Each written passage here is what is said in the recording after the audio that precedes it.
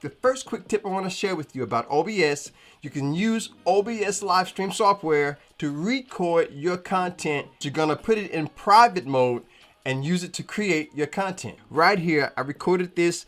I'm actually in my back office. So as you can see, I'm in the back office. I'm going to show you exactly how you could use OBS. Now we're going to go live. You're going to go into your back office. Next thing you want to do, now I've actually got a few set up right here, upcoming live streams. Let me zoom in on that for you. Upcoming live streams coming up.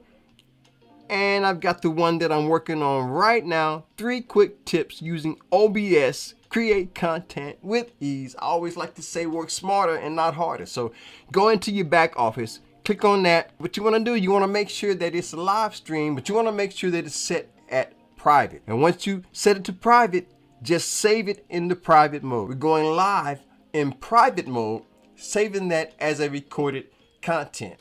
One of the ways this helps out is that you really don't have to invest in expensive recording equipment. You just need a laptop computer, OBS software, a good sound audio system, which I'll go deeper into that. Leave me a comment if you want me to go more in depth on that. Go into our office. Now, when you go to your office, click stream.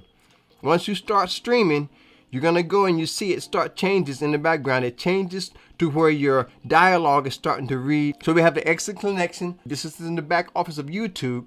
See that blue button? It says go live. So we're going to click that, but don't worry. Nobody's going to be watching. It's just you and me. Well, it's just me when I was recording. It's just me.